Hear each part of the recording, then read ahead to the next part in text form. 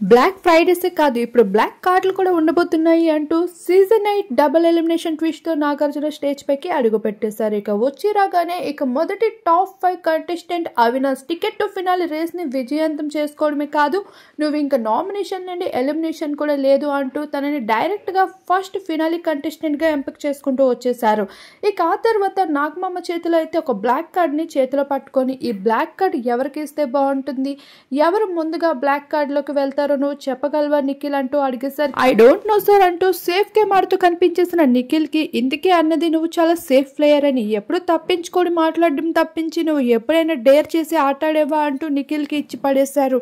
ఇక ఆ తర్వాత రోహిణి అయితే స్టాండప్ అవుతూ నేనైతే పృథ్వీ అనుకుంటున్నాను, తనకి ఈ బ్లాక్ కార్డ్ డిజర్వ్డ్, ఎందుకంటే గోల్డెన్ కార్డ్ డిజర్వ్ కాదు అంటున్నాను అంటే తన రూడ్నెస్ తన యాటిట్యూడ్ లెవెల్స్ అంటూ రోహిణి ఇక్కడ పృథ్వీరాజ్ కి బ్లాక్ కార్డ్ అయితే ఇస్తూ వచ్చేసింది. అలానే గౌతమ్ కూడా ఇక్కడ ప్రేరణకి బ్లాక్ కార్డ్ అయితే ఇస్తూ తనైతే తన మాట కరెక్ట్ అంటుంది, అలానే తను చేసిన ఫాల్స్ ని కూడా ఒప్పుకోదు సార్ అంటూ గౌతమ్ ఇక్కడ ప్రేరణని ఎంచుకుంటాడు. ఇలా బ్లాక్ డేగా అయితే మరోసారి డబుల్ ఎలిమినేషన్ తో నాగమామ స్టేజ్ పైకి వచ్చేసారు.